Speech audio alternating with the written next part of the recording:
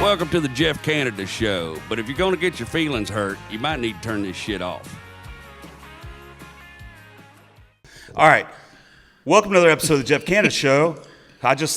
We just lost like 35 minutes of time because my stupid ass didn't put the camera on. Wait, that was a rehearsal. I thought you said we were going to have a rehearsal anyway. That was rehearsal. Good. Thank God. So I am joined here by Jerrod Lane. Thanks. By Jerrod Lane and Adam Drake. They're from the Red Dirt Shirt Company. Red Dirt Shirt Club. Red Dirt Shirt Club is a subscription-based club, blah, blah, blah. You do it. You tell them. Red Dirt Shirt Club is a subscription-based. Jesus Christ. All right, Adam, your turn. This is why we needed that first take. God, it was already over with. The Red Dirt Shirt Club is a subscription-based T-shirt company. So it's a really cool idea, and I was really liking it after Jerrod had kind of talked to me about it a little bit, because what happens is each and every month we make a new shirt and we send it out to people. You know, like people do for their dogs with Bark Box or whatever all these boxes are. Except this, you get just a singular T-shirt from an artist all month or all year long. And the cool thing about that is you don't really know who it's going to be or what the design is going to be necessarily. But not always. Not always. When is this airing, Jeff? Can we? Probably be 3 weeks. 3 weeks. Okay. So if it's okay with you, Yeah, go ahead. Just put one on Facebook, right? We did, but we've got one that we're announcing. But it'll already be announced by this time. Bree Bagwell is going to be one of our artists, and we talked with her about it. And she's like, "That sounds really cool. It's a great way to get an artist's name out there. It's a great way to raise money for charity. And again, it's for these diehard fans who love Red Dirt music, who love Texas and Americana and original music."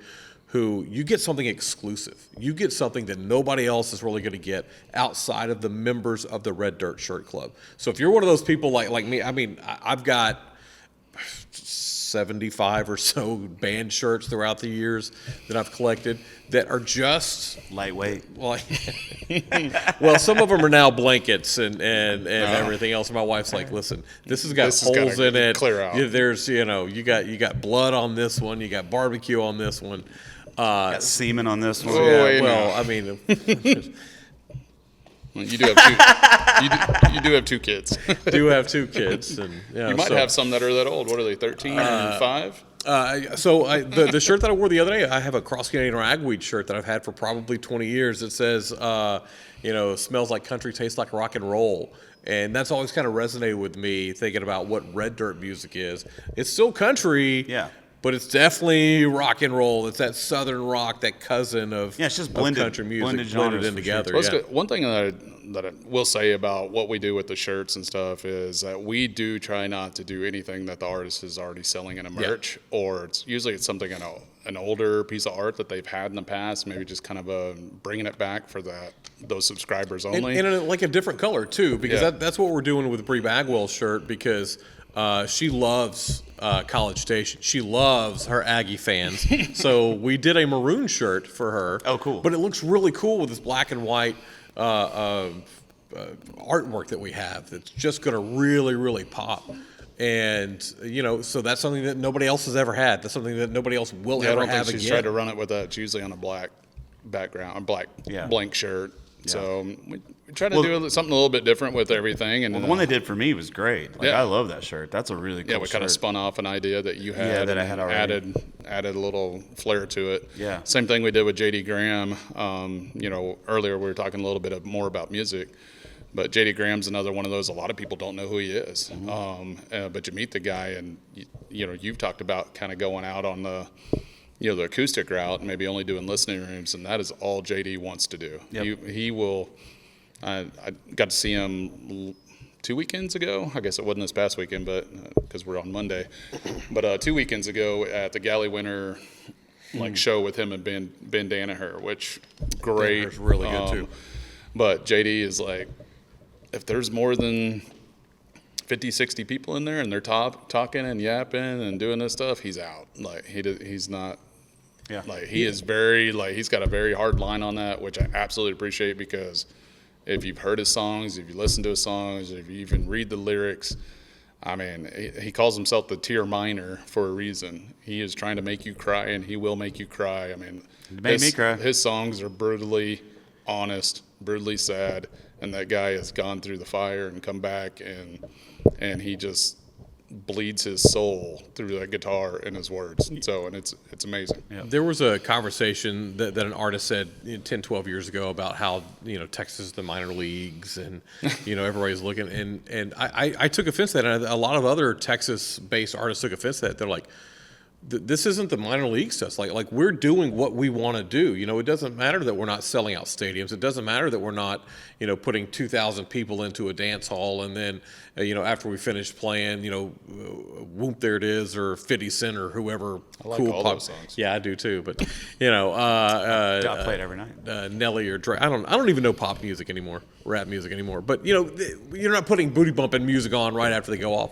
They love playing in the listening room. So it does it a disservice to call this or independent artists of minor leagues because, man, do they make enough to feed their family? Do they make enough to? I don't know if any of you guys, did you guys watch the Garth Brooks thing about whatever his deal in Nashville, whatever the big honky tonk that he put on Broadway? No. The whole lead up to that, and then but every time they do a little story about Garth Brooks and his build up of when he went to Nashville, his favorite thing was going to the Bluebird.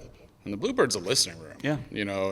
If you come here, Kyle Hutton, or you may be familiar with Kyle with Real Life, I know you are. Yeah. I was on. And Love so is Adam. So, Kyle's kind of moved back in this area because we are in Bryan, Texas, Bryan College Station, Texas. And Kyle's kind of moved back to this area. He's a former Aggie. And he's been running his Real Life, Real Music once a month at the Stella Hotel here and doing the Stella sessions and doing the same interview process and stuff. But he always kind of resonates there. And that's kind of how he got into this, was going to the Bluebird when he went to Nashville. He's like, he just fell in love with that listening room because that's what that is. It's a singer-songwriter listening room. Sit there and shut the hell up and listen to the songwriters. And most of those guys you're never going to see on a big stage. They're the real writers that are over on Music Row sitting in a cubicle writing up songs left and right all day, every day. Yeah. Have y'all been to Chili Fest? I have not. Right. So I've been to more Chili Fest than I could probably count, and I remember some of them too. But the That's good. The performances on Friday and Saturday night have always been amazing. But even better than that to me is the Friday night or Saturday night after everything's kind of closed down, the acts are done on the stage, and they come out, and we've had Shane Smith come and do this a couple times, and come and sit around a fire and play songs that they didn't play on stage. Yep. But they still had this drive to keep playing music, and he and Bennett would come, and some of the other band members would come and just play around the fire that we had. And that right there, I get as much enjoyment out of watching that than I do watching a full stage show. And I love the full stage show. I mean, again, don't get me wrong, but that right there shows the real talent of a song, of a singer, and of a picker. And some of those independent artists. And I tell you, one of my favorite shows that I got to go see Real Life, Real Music here in Bryan was Josh Weathers. The guy so could sing good. anything, right? But the coolest part of that show was Jody Bartulo was there with, he's a fiddle player for Cody Johnson and those guys. He was there with his wife, and Kyle asked him, it's like, hey, can you stick around a little bit later and just pick around with, Kyle. And I think Kyle's son was also there, who also plays in Austin in a, in kind of an indie rock band. I think, I don't want to misspeak there, but I'm not sure.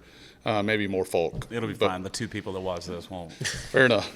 But, Jody grabs a guitar and they're just sitting there picking. And they're singing covers to singing. It's like, hey, Jody's talking about a song he was writing and just playing with it. And Josh is, and that was so fun. I know you probably had more opportunity to do that than any of us sitting here for sure. It's like, it's the best. That's probably the joy of what you guys do, is like outside of being out in front of that stage and getting the energy back from a crowd.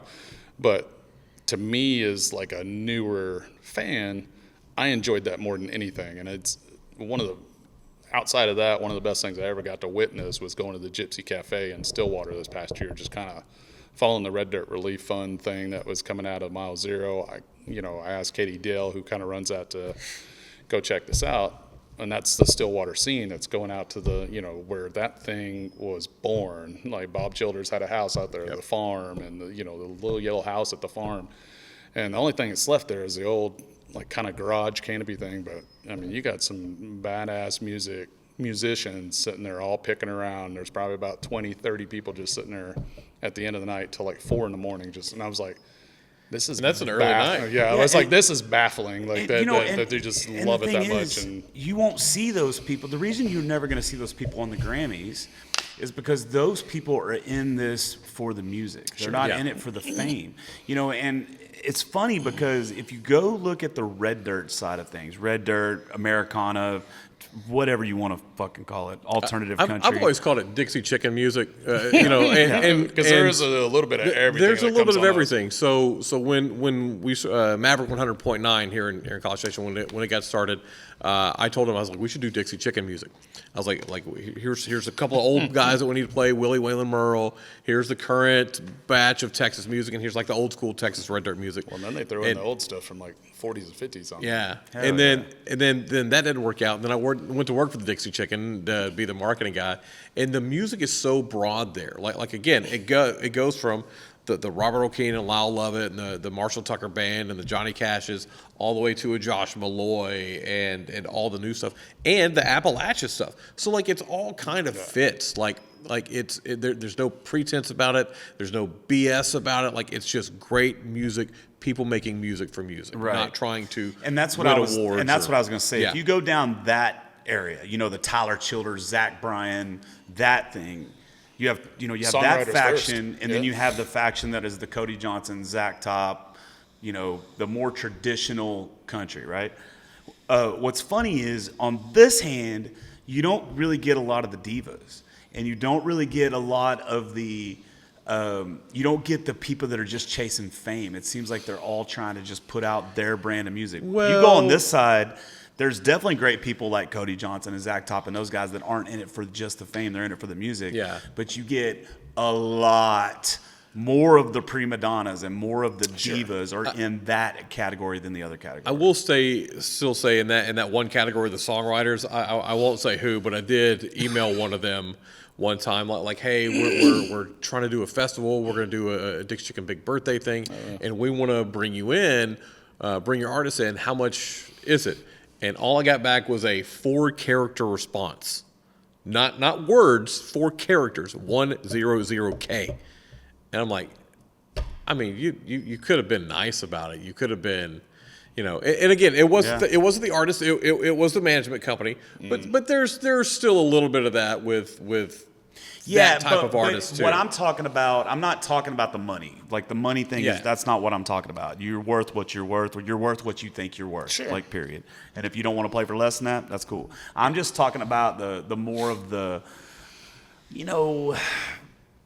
You know, I get what you're saying attitudes. too, like the attitude and. Like you're never gonna see a guy like me get on a stage at the CMAs and cover a Joe Diffie song with Morgan Wallen and Hardy that's so fucking out of key, it's ridiculous. I would love to see your response on stage. Yeah, you're never going to see me do that, mic drop right? and walk but off. but a lot of those guys on this side of things, they'll do anything they got to do to become famous. It does not matter. It seems like more of the people on this side of things is like, no, it's not about the fame, it's about the music. Yeah. And yes, if the money comes, cool. But listen, I'm going to be honest with you. That's my opinion. If I got offered $40 million right now to go put on some skinny jeans and shake it for the squirrels, I might be going to making $40 million tomorrow. You know what I mean? yeah, but they're not. But the problem is they're not offering anybody $40 million. So That's the issue. And I do hate that because I think at one point, I know we don't have to allude who you're talking to about, but Luke Bryan at one point was that guy that was striving and doing, you know. His cover of Apologize the is guy really good. He's talented. I like it. And I it's like not that like he's version. not talented. He got into the Okay. he got into the machine. Don't say he's not talented. I mean, he you could- sounds like Kermit the I fucking get it. Frog. There's a lot of. I mean, It's my kind of not. Like, but okay, I mean, listen, if you like it, you like it. I don't No, knock what but anybody likes. so what I'm saying, I know you're not a big fan, and I get that, and you don't have to be. I'm not either. But Woof. go back and look. Go back and look at there's a documentary on Netflix, and it's like you start looking at the stuff he did back in Georgia, like when he was a kid and coming up. I was like. Yeah, You know what? More of it he's was country more boy. it was like it was a little more traditional, and then of course he gets into the. Let me tell you, I'm going to into tell the you something machine. about fucking Luke Bryan. Let's talk about this. Okay. You want to know why I don't like Luke Bryan? I'm gonna tell you this why I don't like Luke Bryan. Luke Bryan was on The Celebrity Apprentice, not as a contestant. Okay, it was the year that Bret Michaels and somebody else was in the finals. I can't remember who the people were. And the finals, what they had to do is they had to take an artist, they had to give them a makeover, and they had, you know, like give them a makeover and then put out, and then they were going to do a live. He was the artist? He was the artist. Wow. So it was Luke Bryan was one of the artists, Have to and go back then and look at somebody this. was somebody. Well, Luke Bryan was given to Bret Michaels. Okay? So Bret Michaels was trying to get him to do this and do this and do that, and Luke Bryan's like, nope, I'm not doing that. I'm a country boy, right? I'm a peanut farmer. Yeah, exactly. Whatever. He was just like, nope, I'm never going to wear yellow. I'm never going to wear leather bracelets, and I'm never going to wear whatever, right? Well, now the other guy, that artist was like all in. Let's do whatever we want to do. Well, of course the other guy won. Bret Michaels got second because he listened, right? But then literally, like 6 months later, Luke Bryan blows up, and he's doing all of the things that he said he wouldn't do. All of them. He got in the machine. Well, I'm telling you right now, there is no fucking machine out there that would. No, it's you get over there. I mean, I don't know for sure, but my guess is you get into those labels, you get into those things, and they tell you who, what, when, where, and why. Oh, for sure. And I know people that are in it, and small labels. And here you go, and it's like, here's this song. You didn't write this. Or you're gonna go in a room with this guy, and you're gonna write this song, and it's gonna be Shake It For Me and all this stuff. And it's like. You can't keep this band member. He's too fat. You can't do this. It's more of an audition or casting instead of an audition. One of my favorite things about this real life, real music that I love, and it's because John Randall was on it, but I could not tell you the song that it was. But my favorite thing about that interview with Kyle was he talks. I think it was he wrote a song and then Dierks Bentley cut it, and it ended up being Dirk's #1 hit. Oh, cool! And John Randall's like, I hate that fucking song. Mm-hmm. I hate it with a passion. It's not going anywhere. Don't put it on the album. Do not. And then it becomes this huge hit, and it's fucking played over and over and over, and it's just like. And then he walks to the mailbox every month, and we're like, well, that song ain't bad. Like it's all right. And that was a joke. That's his end of the joke on that. It was like, I didn't mean to do the punchline. No, he said, he's like, but you know what? I bought a house with that song, and it's like, yeah. And he goes, you just never know. Yeah. I hate Whiskey Tears. I hate that fucking song, but I have to play it every show because everybody wants to hear it. Yeah. I'm like, bleh, moving on. Next song. Ray Wally Hubbard has talked about that, so much when he sings Redneck Mother. He's like, songwriters ask me all the time, what do you do? Like, well, make sure you actually like the song that you're writing because you might have to play for the next 60 years. Up against. And he's like, I remember Radiohead, I don't know, decade or so ago, they retired Creep, and they said we're not playing Creep live anymore, and it's like, well, guess I'm not going to go see Radiohead. Stupid. Half the reason they're coming. Yeah, here. that's rude. That's dumb. My 13-year-old kid knows Creep because it's been in movies, and like he loves that song. And if I took him to a Radiohead show, that I have. and he would be upset that they didn't play it. And I forgot who said it years ago, but you go to a concert to hear the hits, whether you're sick of them or not. You were paying to come hear all the hit songs.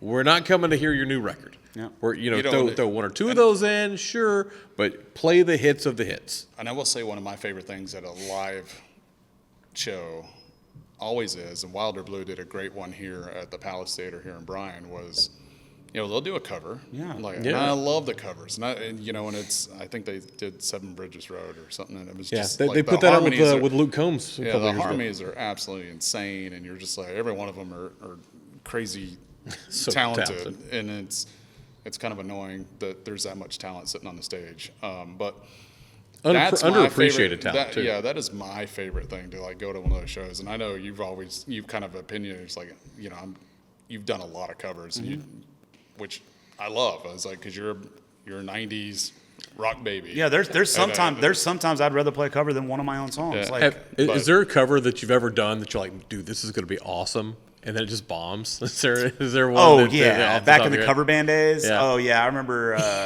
I'm gonna do TLC, and everybody's gonna love it. Yeah, chasing waterfalls, and nobody does anything. And no, I've never had that, but I think I learned "What's Love Got to Do with It" by Tina Turner one time. That's interesting. And I played that, and it just didn't work. Now I do play it sometimes at my acoustic show still, and people really like that. But it's the same thing. Music is so subjective. Everything about it is so subjective, and so it's like to say that someone is never going to make it, or that song's terrible, or this song's great, or this artist is cool and this artist is shitty, and go down the list, blah blah blah blah blah. It's like, a very good example of that is Zach Bryan, right? I love Zach Bryan as a songwriter, and that first little record he put out, the one that's like very under, it was great, right? But this last live record they recorded, did anyone even listen to it before they released it? Because it's total dog shit. And then his last studio record that he put out is so ridiculously bad. And I'm not saying because of the songwriting. I'm not saying because of the song. I'm talking about the production.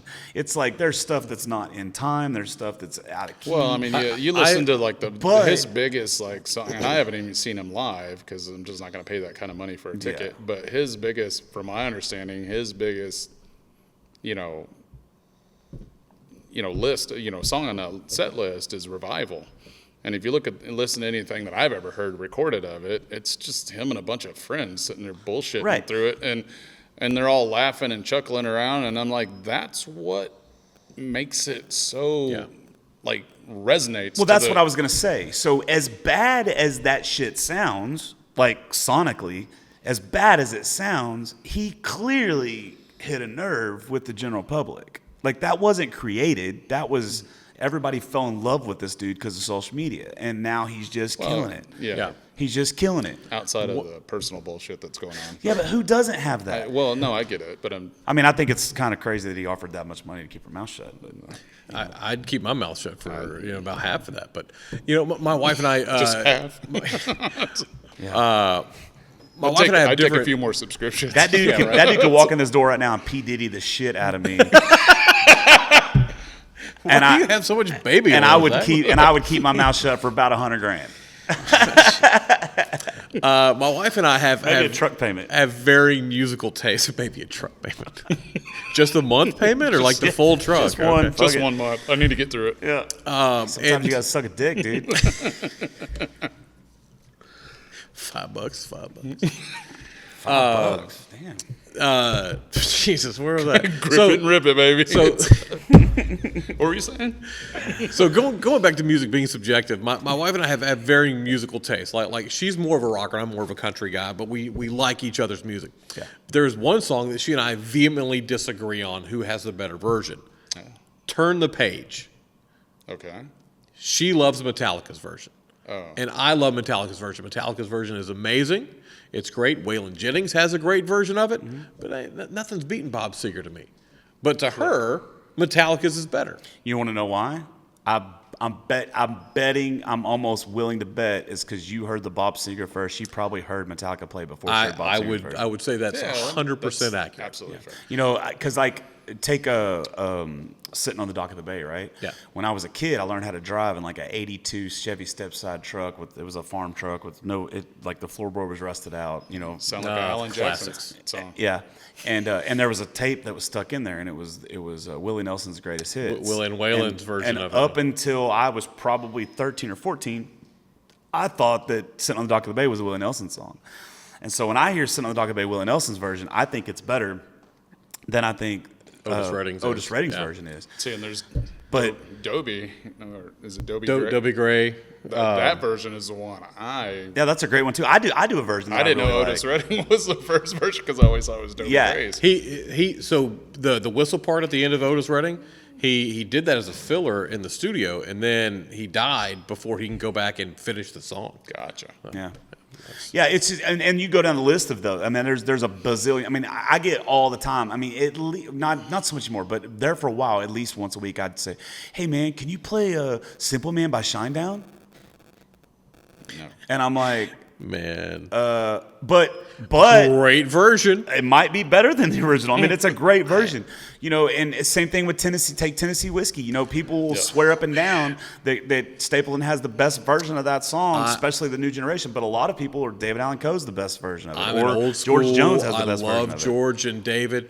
Dude, I think that is the one, maybe since Knocking on Heaven's Door, that the newer singer takes it and Hurt from Cash. No, I think those are three songs I was going to bring up that are now owned by that artist. You know, Well, Stable I did because Heard I amazing. I didn't know that song, kind of what you said. And so Yeah. I really didn't know that song from was it 9 Inch Nails? 9 Inch Nails, is Trent Reznor. which is one of the best voices of all time. Yeah. Like I don't care what genre you come around, that guy could sing anything as well. But when I heard that from Johnny Cash, which he could have croaked over and died at the end of that, and Yeah. I would expect it, especially after Did you ever watching see that the video. music video? Oh, yeah. I was just Oh, like, man. what the hell? Yeah. I was like, how did y'all do this? And then I watched the documentary about basically him or Roseanne's or final days or whatever. Yeah. Yeah. That's a great record. And, Great and record. it's just, it's insane because, I mean, But he sounds even, like he's not even breathing through the song. I'm But just even like, Trent came out and said that's his song now. Like he took it to a completely different level because they, you know, when Rick Rubin asked him about doing that song, I was like, why would Johnny Cash sing one of my songs? Like Johnny Cash is And how not are you gonna singing tell Johnny Cash 9 no? Inch Nails. But you got some monkey balls right there. You're gonna tell Johnny Cash no. Yeah. Like, no, I don't think you can sing that song. Sorry. Like, Well, the thing is in reality, you don't have to have anybody's permission anymore to cover somebody's songs. Yeah. You just buy a license for it, and you can do whatever you want. So nobody has any say so over it anymore. that's Do you know the Dolly Parton Colonel Tom Parker conversation about "I Will Always Love You"? Y'all know. So Elvis loved "I Will Always Love You," and he wanted to do that song for years. And Dolly met with Colonel Tom Parker, and Colonel Tom, I might be wrong with this, but I think he wanted to take 100% of it. And he's like, "We're going to give you here's the money," and it would have been life-changing money to anybody. And Dolly's like, "No, that's my song." And she's like, "I told Elvis Presley he couldn't have my song. God, I wanted to hear Elvis sing it so bad." But she's like, I just couldn't how big was Elvis? turn that song. I mean, even mid. I mean, but you I'm know, just saying, it's like Dolly came in what, late '60s, early Early 70s? mid 60s is when she. I mean, because she and Porter Wagner were doing their stuff Okay. before, and like I'm just looking 70, at time frame 71. there. It's like, I mean, yes, Elvis was as big as he ever was, and by '58, Yeah. early '60s, but but he was also on a downhill slide at that time. I mean, I'd have to go back and look at exactly, but still, yeah, to- because they to wouldn't let him tell- tour. Yeah, they wouldn't let him do anything. They wouldn't let him do anything. Yeah. but to tell Elvis to so tell would- Colonel Tom no, yeah, and, Colonel Tom wouldn't let him do anything either. and he's like, nope, that's all we're taking. And then of course Whitney came and did it and just blew it out of the park. But she said, I always wanted to hear what Elvis's version would have sounded like, and apparently he sang it to Priscilla all the time. And she was like, it was so Yeah, good. well, you don't have a choice anymore. Now, if Yeah. once you put a song out there, if it's out there for the world, anybody can cover that song. You just got to pay a licensing fee. Well, Kane and Bryce did Teenage Dirtbag here lately. I saw it. Yeah, that was pretty good too, man. No, I it's enjoyed really it. good. And it's really good live. I mean, he came here and played at the Tap here in College Well, I did Station. Lucky. was I recorded my own version of Lucky by Seven Mary 3. I've done Knocking on Heaven's Door. I did White House Road. I got quite a few covers out on Spotify. I think there are a lot of those, and we're talking about you being like a '90s rock guy.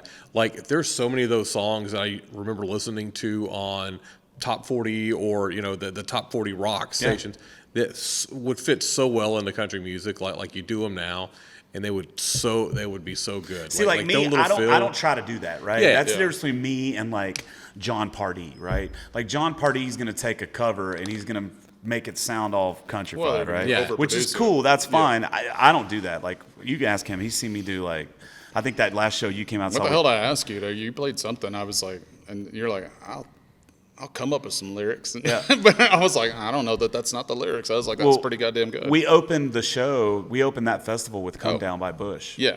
And it was like, and people were like, but we don't. But I'm not trying to do it in a country version. Yeah, I'm yeah. doing it in the Jeff Canada version. But it's like we're rocking the fuck Well, out. and I think Yeah, you got your guys. Yeah, I mean, that was a great way to lead off a set because your guys got energized by doing it. You could see, people kind of came up, and you were opening. I mean, it was kind of middle afternoon on some of that stuff. You weren't the opener, but you were coming into that. People got like, oh, there's some energy coming on here, and so it got more people excited at that festival. Yeah, when I had a So- stage and I on was full like, that band, was awesome. like we're there to throw down. We're not there Yeah. to, because here's the deal. I get you. We were talking earlier about George Strait. I understand where you're coming from, right? Yeah. Like there's something really cool about being in a room and just closing your eyes and listening to Chris Stapleton, right? The problem with that is what are you going to the show for? Like, are you going to the show just so you see this person in person? Because if they sound exactly like they do on the radio and they're not moving and they're not talking to the crowd, that's my biggest problem. Like we saw Stapleton, it was like 6 songs in before he ever even said anything to the crowd. Like the whole purpose I want to come see somebody live is to see them live. You don't have to like dance around and be a crazy person. Yeah. I'm not talking about that, but at least engage with your audience. And they don't do that. I've seen Stapleton and he engaged a little bit more. This was before he really hit big. And I love Stapleton. I'm not shitting on him. And I don't think he ever same- set out to be the front guy. No, ever. no, I don't think so I don't either. think he has. But that. his voice just kind of took him. Like yeah. it was just so good. But Like, me, you if I could can not. turn around, like if I can turn around and close my eyes and I get the same exact feeling that I get when I just close my eyes because I have the record on, why am I at this concert? I think you agree. still get a feel like there's a buzz with the people around you singing. It used to be being that a way, part but of now it. half the people at that show are only there. They don't even know who the fucking artist is. They're there for their Instagram. So I went to the George Strait Kyle Field show, and you could definitely see that some of those 100,000+ people Gave no fucks were there for Parker that. McCall. And I'm just and I'm well, singing. there's a lot of people that just bought tickets just to be part of the event. Yeah, that's what it is. That's how. Listen, And I'll never buy a ticket that way because that deal, I was like, number one, it's in June. This is it's what in I- College Station. yep. It's hot as hell, and I'm this like, is I'm what not- I was saying earlier about once you really see how the music industry works on the backside, right, and you see how sellouts really happen. Most of the time on those sellouts, it's not even fans buying the tickets. Yeah, we'll say they do that with baseball and football now. Yeah. Like if you go to an Astros World Series game, it ain't Joe Right. Fan that's there. It's Big Sweet X. It's the people that can 100%. afford it. Or it's like whatever. the Super Bowl. It's not like now there are fans that saved up a lot of money yeah. to go be able to do that, but it's like, you don't have the ability to pop off as an opener anymore because of that. Yeah. I know there's a musician, Can't upstage anybody. I won't say who it is, in Texas that he opens up for Cody Johnson 3, 4, 5, 6 times a year in front of 50, 60, 40,000 people. And he does it 5 or 6 times a year and nobody knows who he is. So even getting to open up one of those tours now is like, it doesn't give you the same value that it did back in the mid 2000s Yeah. and before. Back in the And mid 2000s and before, if you got a chance to open up for Cody, I mean, it wasn't him, but somebody equivalent to Cody Johnson, Well, you were going to gain fans. Yeah. So the George Strait show, I'd heard of Katie Offerman a little bit. She was the opener, and I'd heard her a little bit, but I knew she was going to be there. I knew I was going to get there early and watch her show because I love an opener. And it really turned me on to her. And again, that's me. That's how I listen to music. That's how I go to a show. Right, That's how I want to do it. and that's the thing. And People are always giving me fucking advice, right? Everybody's always giving me advice, but they're giving it to me from their perspective. The problem is that you are the minority now, and he's seen it. He's seen it. You come to you have a listening room, and the majority of the people in there. They'll pay attention for 5 minutes and then they're talking, have their own conversation. It's like, dude, like the person that wants to sit down and really listen to what someone's doing on stage now, that person is the big time minority now. So I'm a big fan of songwriting. I can't write a lick of anything. I've written one song and it's not bad, but it's whatever. We'll get to that later. No, but I love songwriters. Songwriters to me, because I'm always amazed at how you guys and amazing songwriters are able to get into my head and put that into words way better than I ever could. And to me, Radney Foster is the godfather. I love Radney, and I have never gotten nervous meeting anybody until the first time I met Radney Foster. And I'm just like, how are you in my head?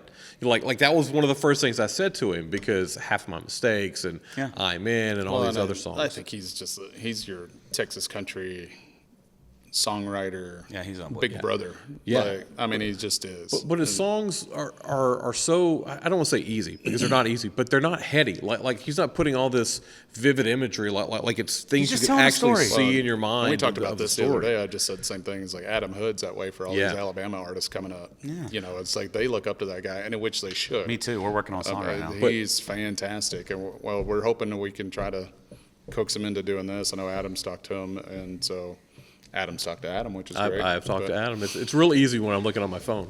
But Radney Foster, I went to him at the Stella Sessions a couple months ago. Yeah. And it was amazing. I'm sitting there like a school kid, Yeah. all right, Radney, and singing along to everything. But you could see the people who were there because it was the thing to do, and Yeah. not there for him. And listen, I'm not saying that they didn't appreciate it, not saying that they didn't get something out of it, but they didn't. They didn't know what they were getting into. They didn't know what they were getting into. Well, and it's- they're it's like, not- how do you know all these songs? It's not I was even like, that you 'cause I don't know all what you're these getting songs. into.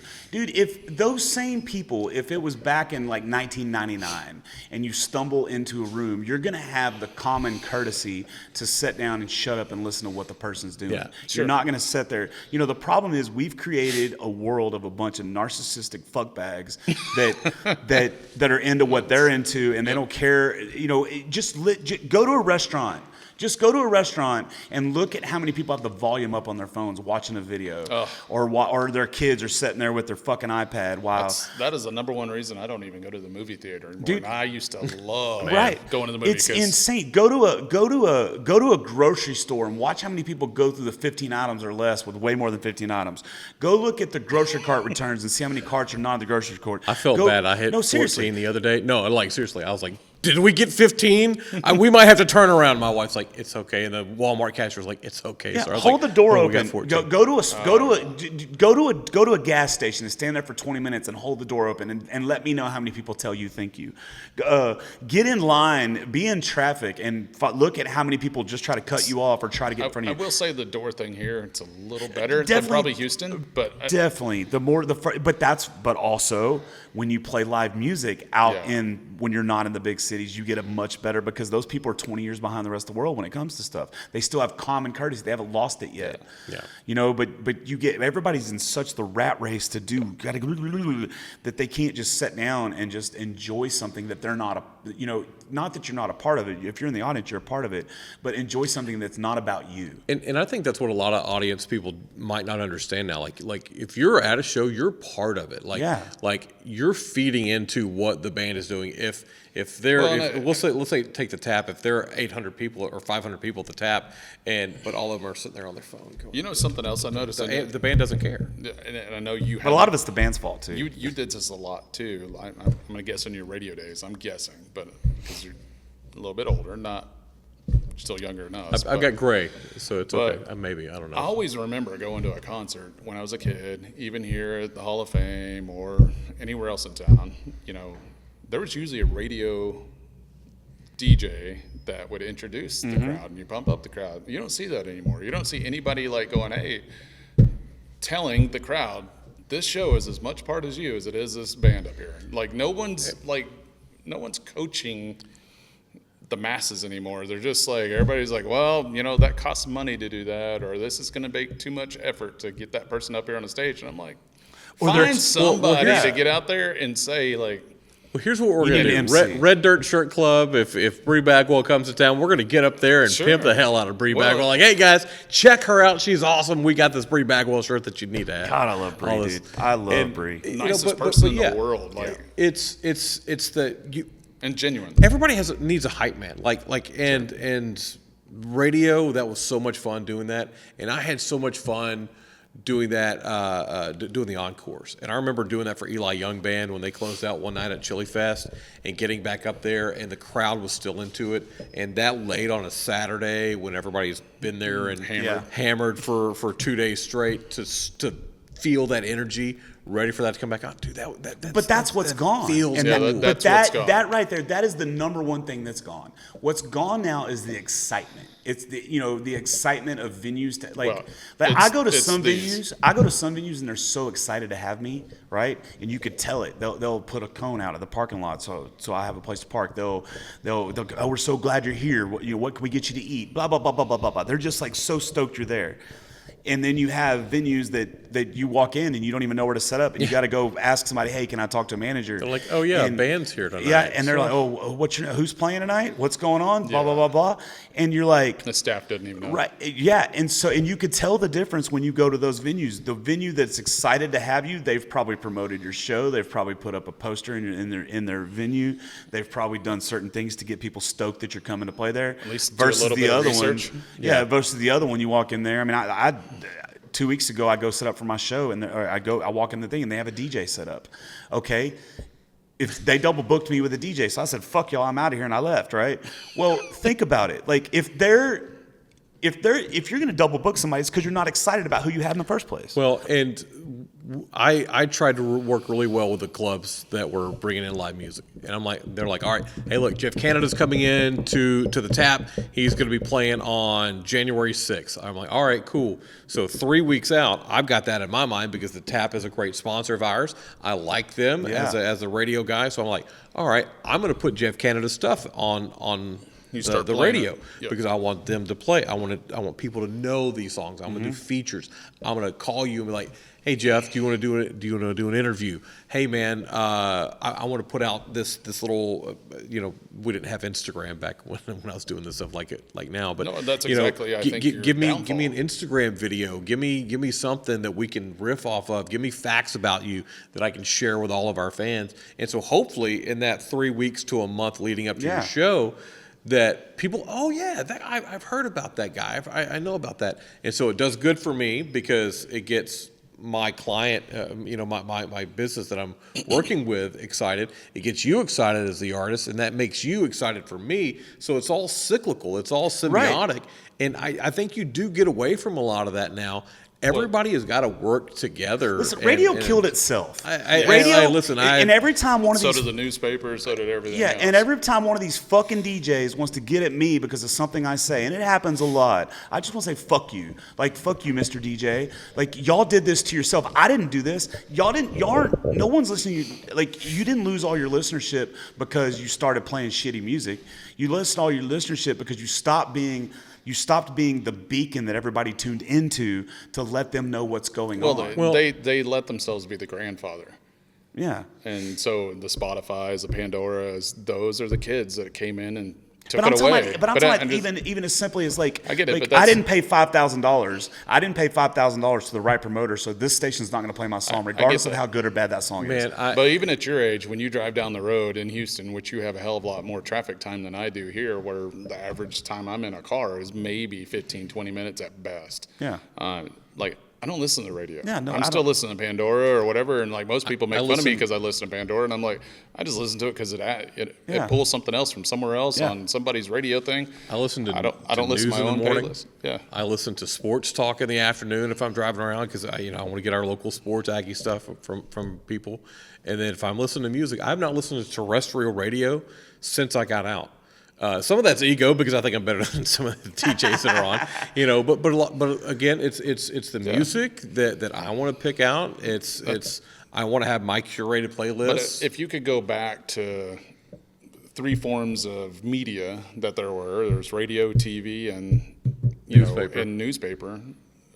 That was it. That's what we had pre-internet, right? And so the internet killed newspaper because newspaper didn't buy into the subscription side. They're like, well, people are just keep subscribing papers. Well, eventually that was gonna, and they came in so late that people are like, oh, I'm not paying for it now. You've been giving it to me for free for 20 years, so why am I going to pay for it now? When Ricky Henderson died, I didn't wait till the next day to open up the newspaper and read that Ricky Henderson died. I saw it on Twitter instantly and read it right away. And so, and that's the instant gratification that all the market is right now, and I think that's also what I know you've chimed in on a lot of things where like there's so much music being put out there because of these things. Whether like Oliver Anthony, give him a perfect example, is like his song wasn't recorded before it just went off the chain. It was a YouTube video or whatever, or Instagram, Twitter, whatever. Like, and it just resonated to somebody, and it popped off. Just like I talked about earlier, Hawk to a girl just popped off. That's and it instantly turns you famous. You don't have to. Nashville's completely changed from that too. Yeah, but what everybody doesn't realize, this is the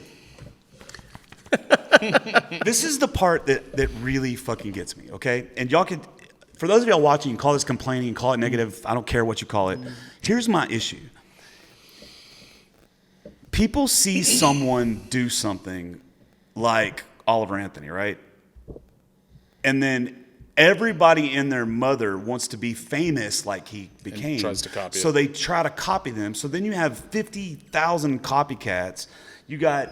Because if that Joe Blow can do it, why can't Right, and what it needs to get back to, and call me a purist, call me whatever you want to call me, but it needs to get back to the love of the art. I'm not trying to sound...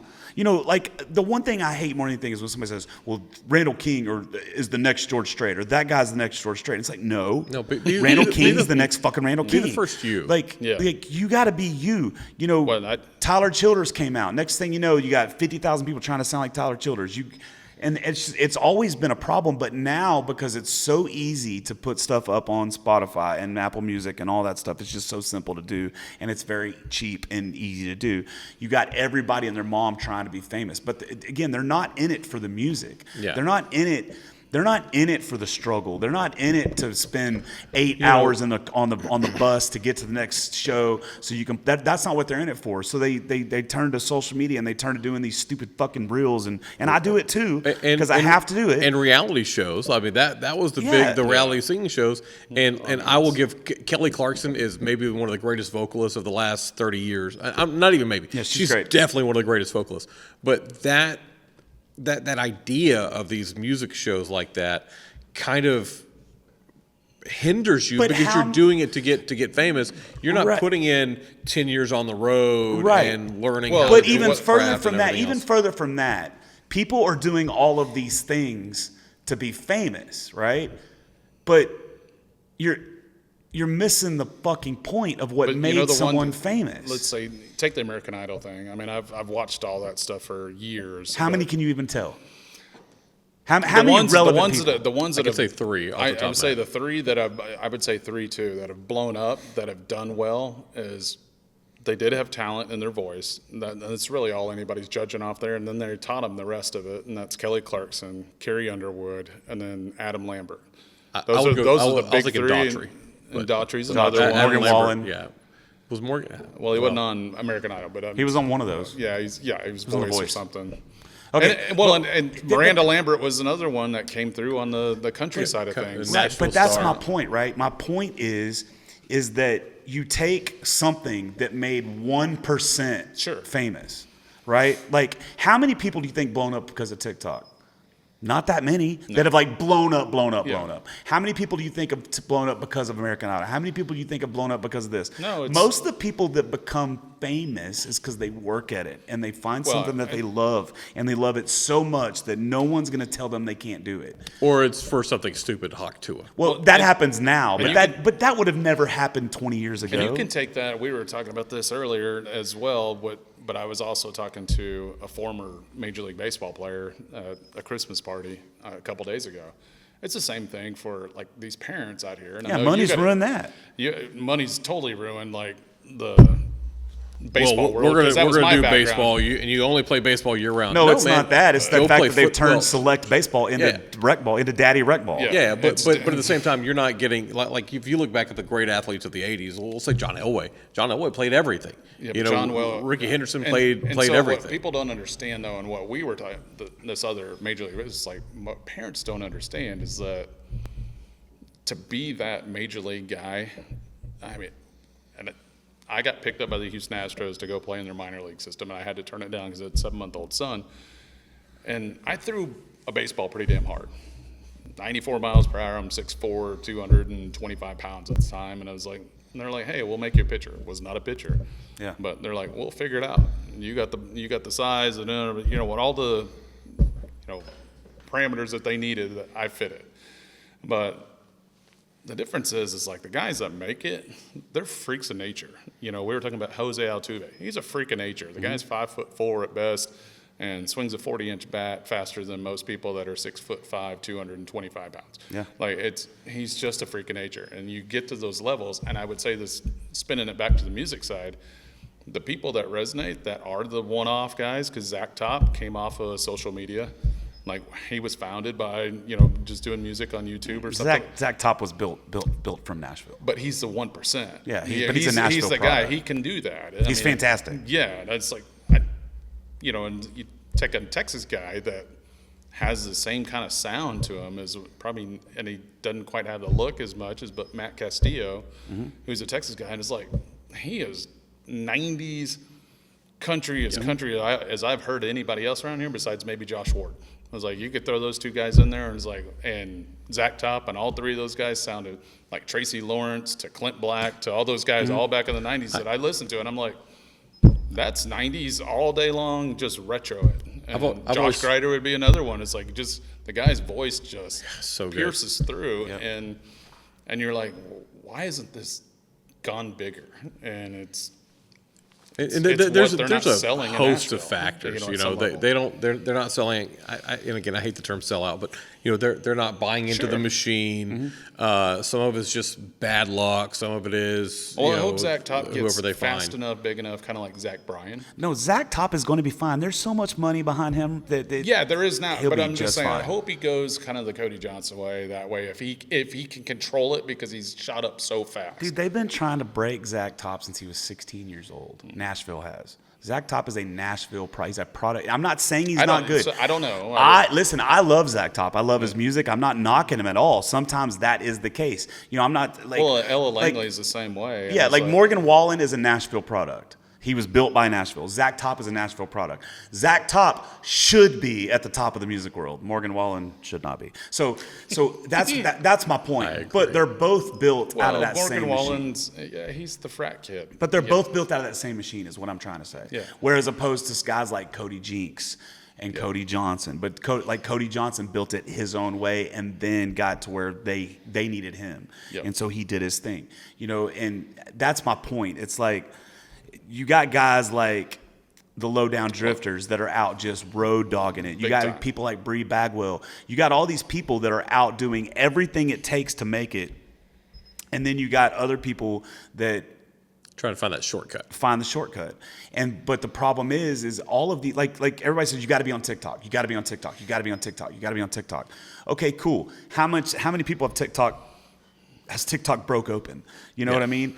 And I think it all goes back to everything. Everything should be used as a tool. Use the tools at your disposal, but don't bank on that. Yeah, and that's what I tell people about radio. I'm not saying don't do radio. Yeah, that's not what I'm saying. And going back to my earlier thing, like, sure, man, you need to go visit Shane Hollinger. You need to go visit JR in Lubbock. You need to go visit. I will not ever visit Shane Hollinger.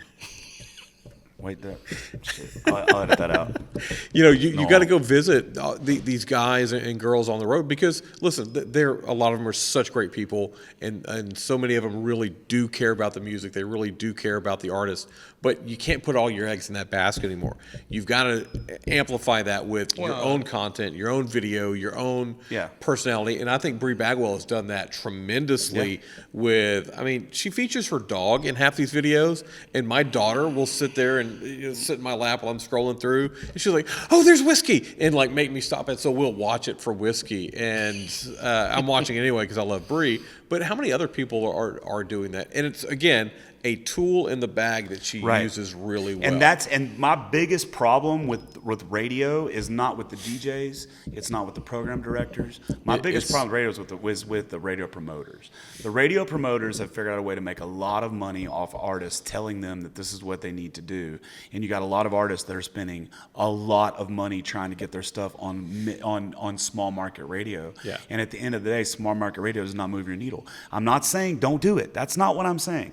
I've never said that. I've never shit on a radio station except for Shane Hollinger, and the Uvalde internet radio. Fuck that guy too. But It's I'm not saying anything negative about radio, but the problem is it's like everything else. Once someone figures out a way to make money off something, it lessens whatever that is. So I'll devil's advocate a little bit for the radio promoters that they're, and again, I don't know how I'm not saying there's not good ones. But I don't know how much they all cost, but I know it's the $5,000 ones, minimum. I know the ones that when they would call me, I knew they had something really good. Mm-hmm. They weren't calling me to give me. But you got out of the business when? 2016. Yeah, so that was back when it still mattered. It still mattered up till 2019. It was really after COVID when everything started going to shit. And I called it out then, and I'll call it out now. That's the problem. The problem is it became more about money than it became about the music. And to me, if I'm a radio promoter and I have, if that's not the case, just listen. Take the Texas country music chart, any of the charts, T3R, whatever. Take the chart and go down. I want you to seriously go down and listen to the top 20 songs on that chart. I want you to tell me how many are good and how many should be there and how many shouldn't be there. I went through that for years, and I would get phone calls every week. Every week I'd get the phone call. Hey, we've got blah blah blah. They're rising up the chart. They're going to be #1 soon. And I'm like, cool. Who are they? Yep. Yeah. And I'm like, if they don't come to my market, I'm not going to play them. Well, you got to play them for them to come to your market. I was like, no, I don't. I didn't play Kyle Park before Kyle Park came to my market, and he blew up, and now I'm playing him. Or you hear the song and it's so good you're going to play it. And I hear this, and if the song was good enough, I'm playing. That's my point. And there was I cannot remember this girl's name, but it was years ago. She had a song about shoes or something, and it was trash. It was terrible, and I hate to say it that way. I like to be a positive guy, but it was terrible, and I would never want to hear the song again. And it went to #1 on the radio chart, and I got every week her promoter would call, "Why aren't you playing?" I was like, "It's a terrible song." Like, I don't know who's playing this. And the girl was sweet as could be. But people she don't baked say cookies, that. and she sent it. And I told her, I was like, the song is not good. That's my issue, though. Like, people don't say that. You can't say anything to anyone anymore. Like, Well, you can't- I'm public enemy #1 just because I said that George Strait's not the king of fucking son country. of a- Like, it's just, it's like, Can't have an opinion. it's like, it's just insane to me. You can't Like, have an opinion and you if can't it's tell the anybody wrong they're opinion. bad. You don't know how many venues that I play where I go in and I look at who's playing their venue and I'll get done playing and they come back and they're like, "Man, we're so glad you're here. You're so much better than everybody else that play here." And I'm not. It's not about me being better than anybody, but it's like, why are those other people on that stage? The reason those other people on the stage is because everybody's too scared to say no. Everybody's too scared to say that's not good enough or that's bad or whatever. Or it's for the wrong reason. I'll give you a prime example. Shane Hollinger.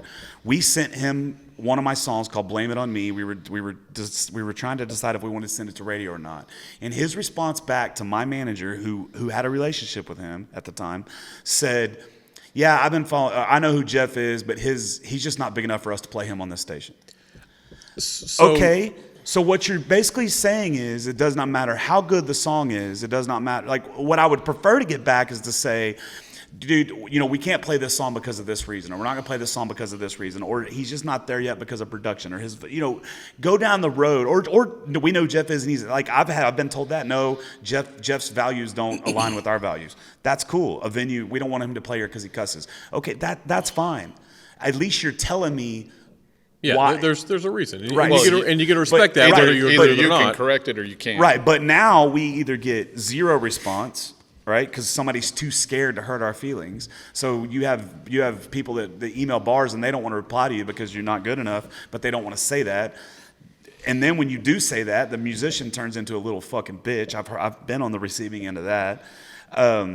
If somebody goes out and they screw up on a festival, you can't, like, nobody will go to that person and be like, "Hey, you're running," or you're running late, like somebody's running late, or everybody's so scared to say anything to anybody. What needs to happen is we all got to start being honest again. Open lines of communication. Honest. If I'm a radio promoter and I send you a song, I want you to send me back an honest thing of that song, and then I'm going to let the artist know the honest thing of that song. And as time went on, again, you just got. I became that. I'm like, look, I'm too old. I got too much other stuff to do. I got a kid at home that I need to get home to. I don't have time to listen to all these phone calls.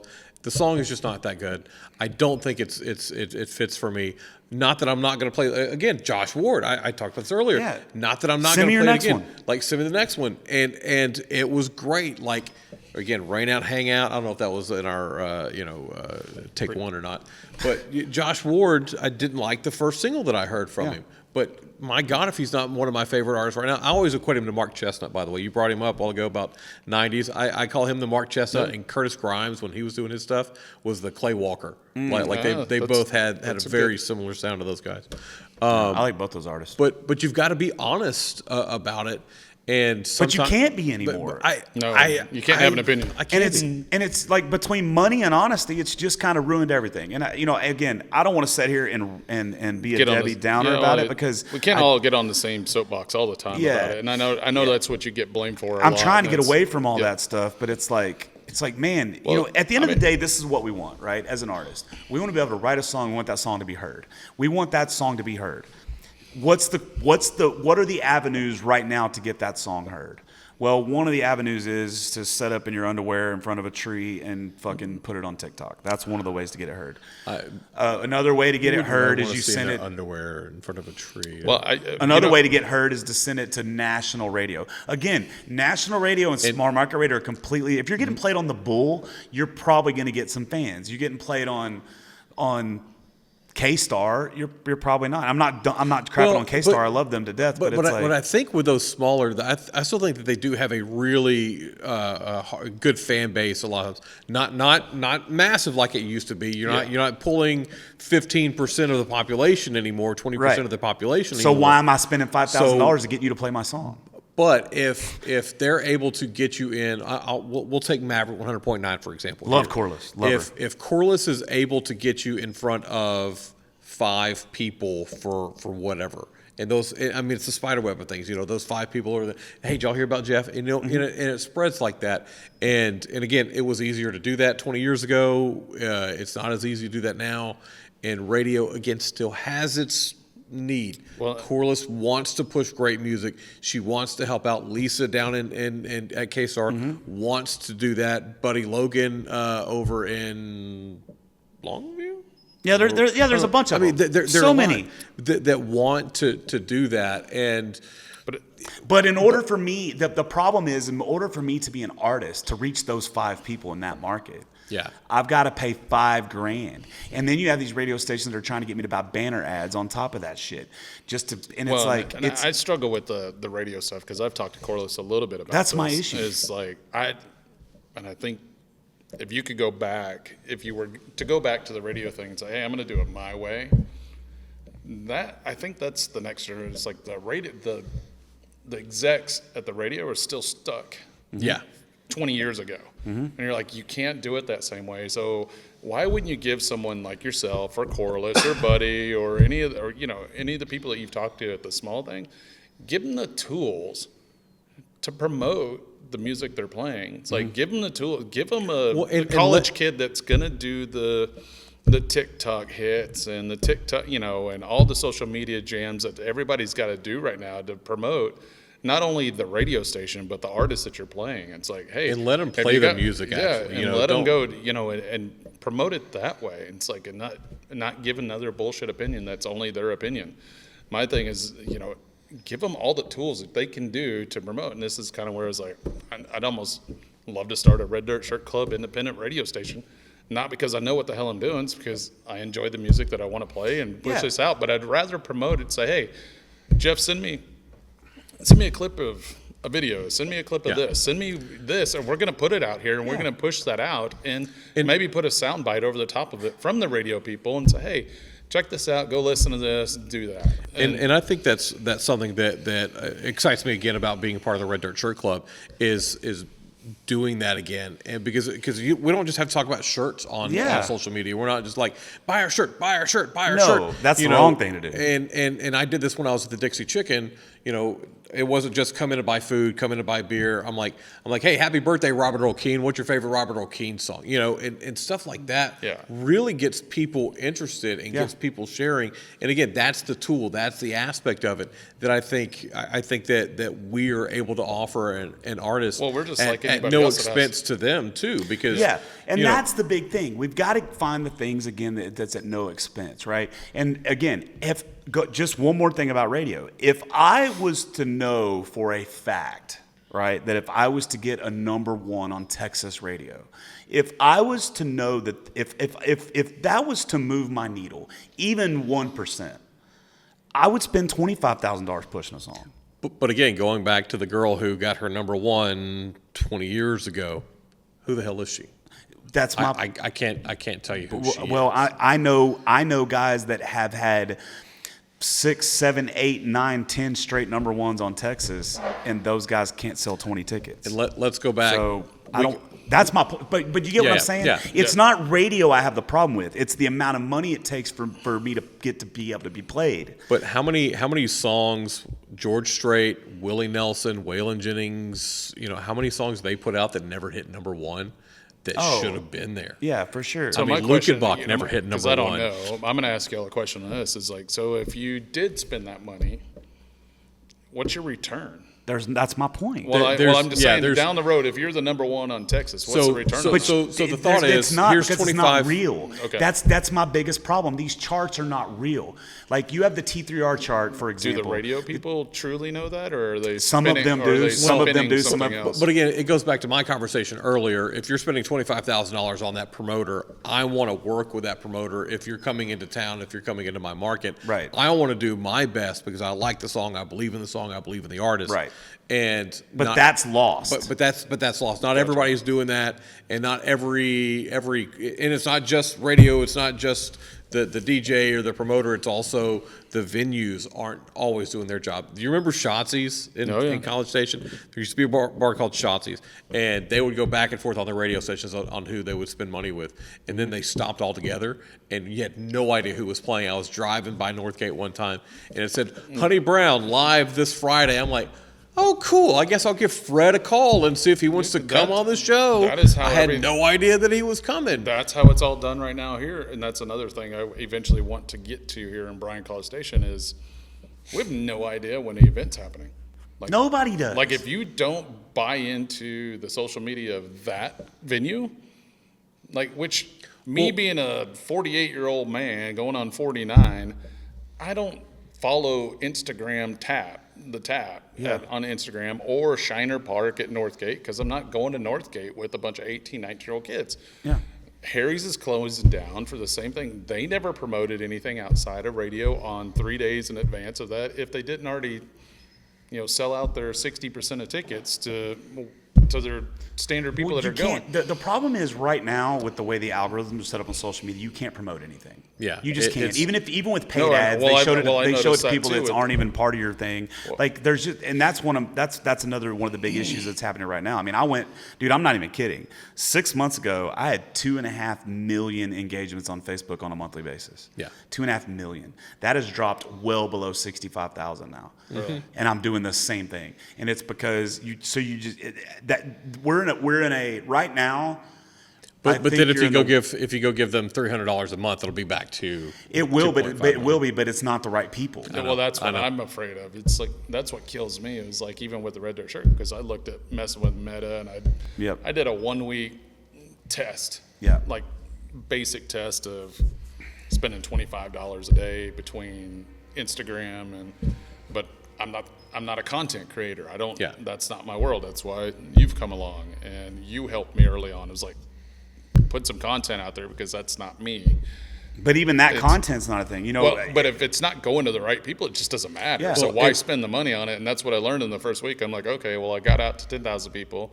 I did get 2 subscribers out of it that were out of town, but the bulk of everybody that ever subscribed with us was like somebody that was a fan of a festival I went to or people that I knew. So and it was like a half and half. going like the festivals of Mile Zero and setting up Which and is going expensive. is expensive, but I that's how you're going to get those people. And again, I think we really are blessed in the Texas and Red Dirt Americana scene that these fans, the real fans, Oh, they're are a family. there. I And think we they're were. family, and they're- I think we were. I'm telling you right now. You can. I think there's not certain- to be like the naysayer, but it's like you got live music venues all over the state shutting down left and right. Yes. You got festivals that were staples in this state for a while that are shutting down left and right. Nobody's going out. Nobody's doing anything. I mean, Well, you know, but hang also on, let how- me finish. You got 16. I got 17,000 followers on my Facebook. And I worked a decade building that 17,000 followers. But the way social media works now is you have just as much of a chance of going viral with one follower as you do with 100,000 followers because people don't see, it's right now.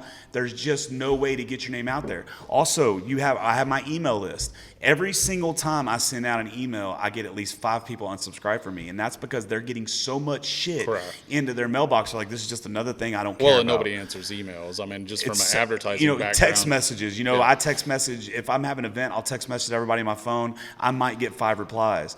It's people are the general public. The problem with us is we kind of put our blinders on because we're so in love with it, right? We're so in love with the industry. We're in love with the music. We're in love with these artists. The general public doesn't care.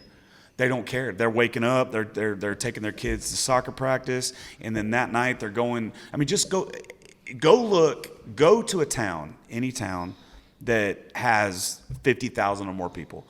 You go to that town, and you go to the place that doesn't have a DJ, doesn't have live music. It's just a place where people can go and they can talk and they can have a beer and they can maybe watch some TV or whatever. Cotton patch. Go look at those places versus go look at the live music venues versus go look at the old places that used to be nightclubs with DJs. Those places are almost ghost town. Everybody's going to the places that doesn't have anything. That is not me being... That's not me picking and choosing. That is me seeing very clearly what the problem is. And I think a lot of that has to do with how far our money's going in general, because you're also seeing a lot of restaurants close down. Yeah, I think so, because you're seeing restaurants close down for the same reason, because people aren't able to go out. I think people aren't going to live. I mean, Well, I let's think take for this town, for example. It's hard for me and my wife to have a night out to go watch live music because how much of a babysitter costs. They're starting things at 11 o'clock at night, Right, and so it's kind of impossible. But if y'all were as excited about music, about live music as you were back 10, 15, 20 years ago, you would find a way. And that's the problem. People don't care. It's not a priority anymore. I think I am still as excited about it, but I'm just at a place in life where I just can't afford it. I can't. It's just do not. that. I I'm can't- telling you, can't do that going with to my concerts kids. I agree used to with be you a priority. I had this conversation with, I mean, he's got 3 restaurants here in town, and we were talking about, there's a downtown, here in downtown Bryan where we're at, there's a restaurant that's been around forever. It's a building, it's 12,000 square feet that's on the market. And they want $1.8 million for this place, and it's a bar, it's a restaurant, and it's a German restaurant. It's a really cool building. It's really unique and could be really neat, and like 1.8 for that building is really not that bad of a deal. The problem is, can you make money doing it? And he's like, good luck. Yeah. You're not going to do it. It's like, unless you're, in this town, which is really hard because we're in that weird medium, like, client, zone. You have a lot of rooftops in South College Station. You got a lot of, like traditional, older homes in Bryan and stuff in here. And, and then of course you got the third city, the university, that's 80,000 to 90,000 people on any given 4.5 months. And then they get a month off, and then you do another 4.5 months, and then they get 2.5 months off, and then they come back into town and destroy what the restaurants are. So the locals right now in Bryan College Station are ecstatic because they can actually get into a restaurant now without like a 30-minute wait. But if you take the ones that survive here are the Gringos, the Walk-Ons, the big chain restaurants, Texas Roadhouse, all the places you're talking about where you go in there, it's like, I can't stand to go to Texas Roadhouse. I don't mind the food; it's consistent, whatever. Yeah, they're not losing money. No, they're killing it because they're a $3 to $4 million a year restaurant. Wings and More. I met a buddy at Wings and More out here the other day, and it was fucking packed. And I'm like, are they having some kind of special or something? He goes, no, it's like this every night. And I was like, holy shit! Like, people are still going out spending money. Yeah, they're just not going, and they'll still go out. Listen, they'll still go out and they'll spend $1,000 to go see George Strait. They'll still go out and they'll spend $500 to see Morgan Wallen. They'll spend $1,000 to see Taylor Swift. They'll go out to see those people, but they're not going out. People aren't going out anymore just to a place that has live music. But I will say, like, the bar owners, say the Taps owner, it's our last standing live music event place here, besides maybe Shiner Park and Northgate, that really truly an adult that can go to is probably the Tap. But John Whittington's been in this industry for Tap opened in 1990, and he was working at Harry's and with other bars with before Gary that. Seebeck, and which is one of the original like bar, godfathers of this area with Don Ganner. John will tell you is like the patronage has changed. The beer drinking and the alcohol drinking and stuff, which actually is what they have to sell to make anything work. There's not as many of those as there was 5 years ago. It's the college students today. Not at the live music venues. No, but they're not even going. I mean, I'm gonna tell you, like, they're not even going to regular Well, bars. that's a College Station thing because anywhere else I go, No, those it's places crazy, are busy. But they're not buying anything. They may show up, but they're not spending money there. They'll show up and buy a $4 cover charge or a $10 cover charge, but they've popped 2 edibles at home. Well, and that's a they're- big problem. And they're just chilling out there, but they're not.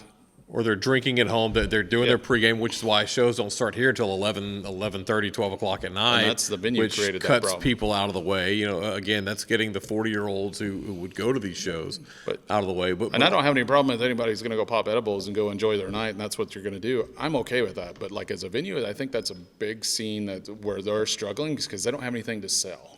Well, and They don't. I mean, if they can't sell something, they're not going to survive. Okay. And coming from the bar side on that, this town is also, and college students now are younger than they were because they're coming in now, as juniors, and I can tell you, and they're only here for 3 years now. They're not coming in doing the 4 years. The and average out. student at And so A&M is not the normal average student that was here 20 years ago either. It's like high tech engineering. I would say half of the incoming class is probably going to be foreign driven. That are coming here that are robotics engineers and mechanical engineer level, and those kids probably have 40 credits coming in here already that they're like halfway done with school. But you guys see things from a College Station perspective, right? Yeah, This is yeah. where- We're And this incubated is in our own Right, little circle. and so when you, but when you have every single musician I know is having the same complaints, every one of them are having the same exact complaints about going to venues and no one being there. This is not just a College Station thing. It's people. I'll die on it. People don't give a shit about live music right now. And there are people that do. You still have the people that do it. I'm talking about on a mass level. Yeah. They just don't. And if they do, if they are, it's Well, I chalk it up to this. I chalk it up to these things that sit in our hand. Is that everything you've already heard it, you've already seen it. You saw Taylor Swift do her Eras tour. I mean, before it ever shows up to your town, you've seen what the show's going to be. Yeah. You already know what it looks like. It's already been played 5 million times in front of your face, and you're like, well, I spent $700 for that ticket that I'm going to go sit in the third deck and watch this shit that I've already seen.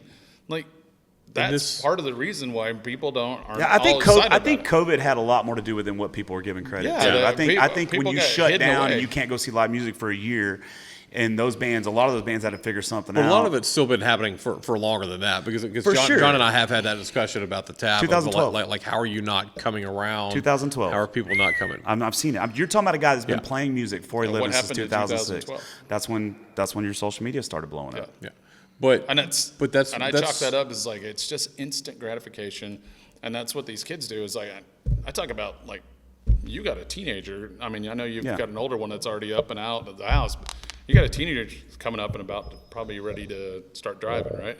Yeah, he's 14. Most of these kids today don't give a shit if they drive or not. Oh yeah, my oldest one didn't. My- But Yeah, my it's 13-year-old baffling, and is the not reason gonna is care about because when we grew up and we wanted to know where our friends were, you called them on a phone, you dragged the damn cord down the line. You had to make your or plans ahead of If time. you were Drive to cool Walmart. enough, you had one of those little mobile phones inside the house, but cordless phone down the hall. But I still had the old stringy ass Me too. cord that went down there and tucked it in the room, and mom might be listening on the other side. But that was my generation going, hey, yo, Rick, where are you at?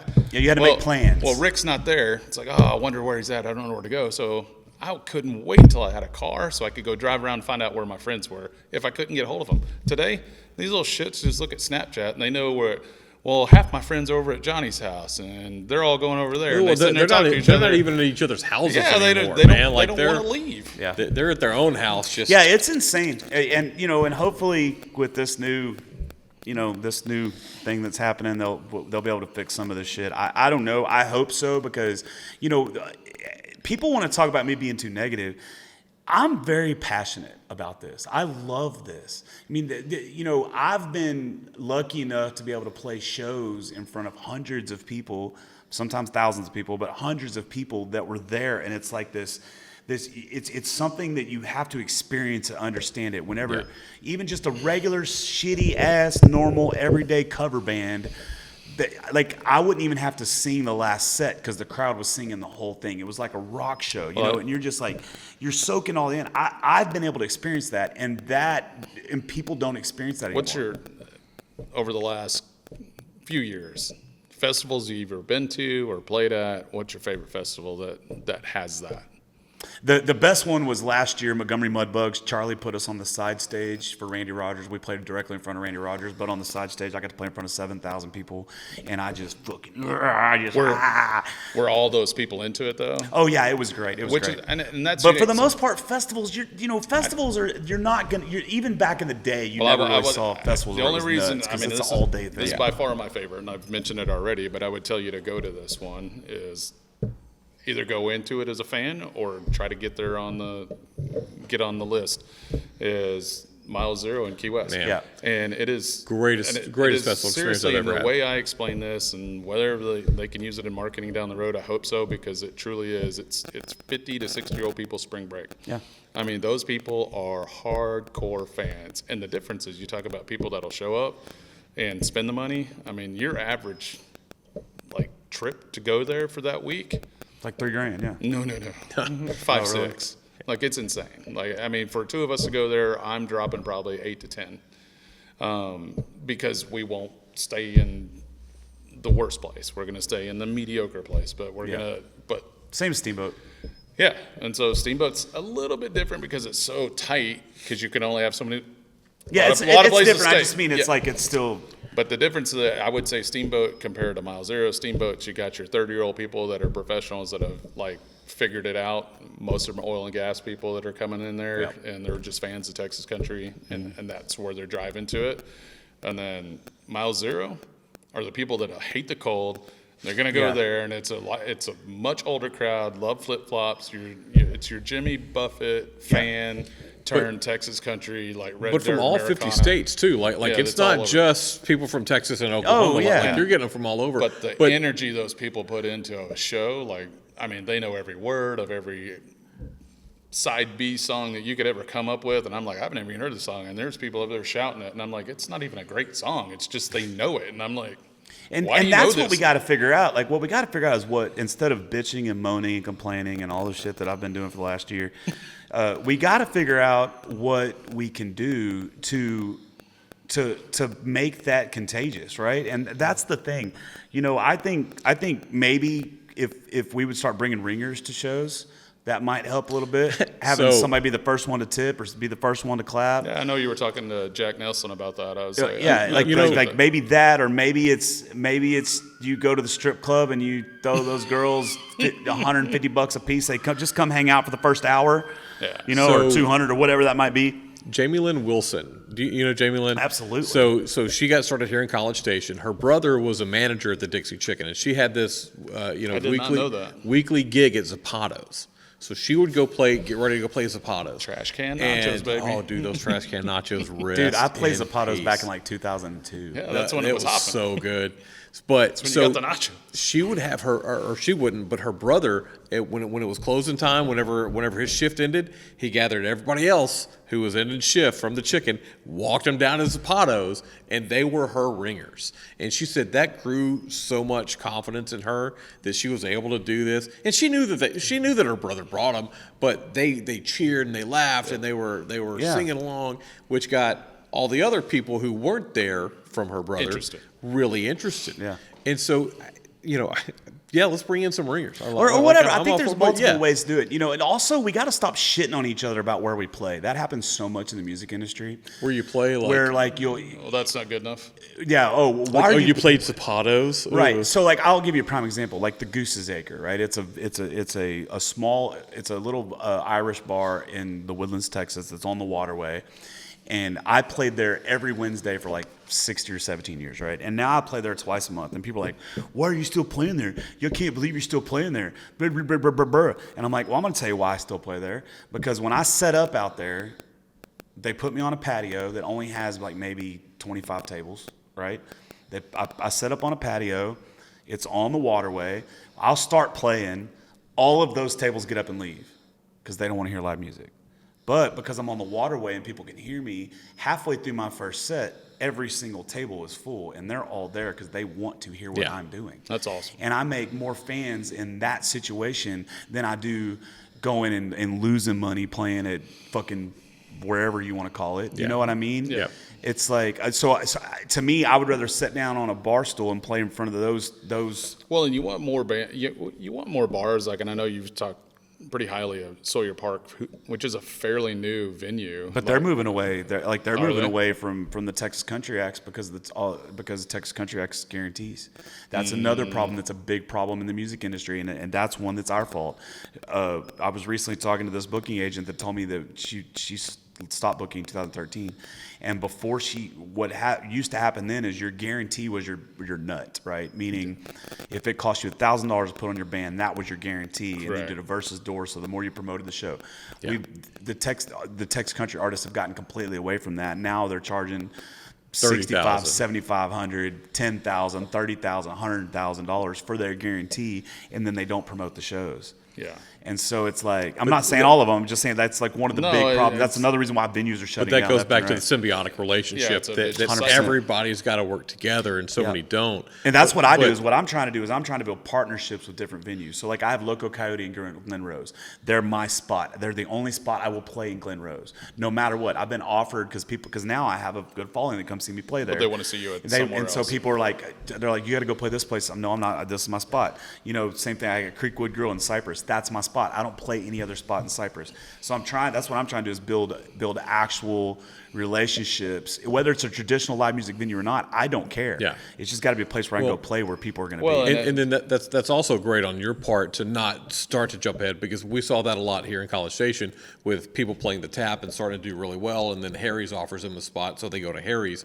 But if they you've got used to work really well together. Yeah. And If you've got 500 people at the tap, it feels great. Yeah. If you've got 800 people, or if you had 800 people at Harry's, it was like, oh man, something's a little off. Like the vibe wasn't Yeah. there. Well, you're just 'cause going the from size of the 5,000 room. square feet to Yeah, 20,000 square I've feet. never been to either one of those venues. But it's one of those things where just because you have that opportunity to play the bigger spot doesn't mean that you should. Yep. Especially right away, especially your first offer. Like no, because you're building a really good base, and you got to wait until that base says we want you somewhere else.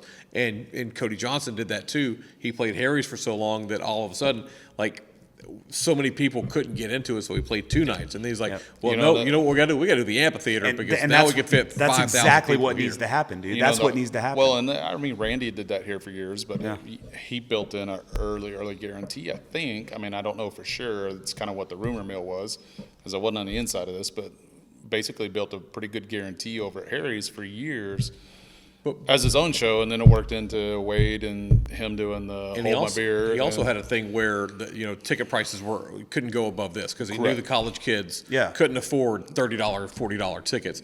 So no matter what the guarantee was, no matter what anything else was, I think it was $20. I think can $20 tell you was the college the, bar was the thing's limit. pretty hard, and I think really the one that I know that does probably the best that I've heard of, besides the scene itself, Lubbock probably has the best college Yeah. scene. yeah.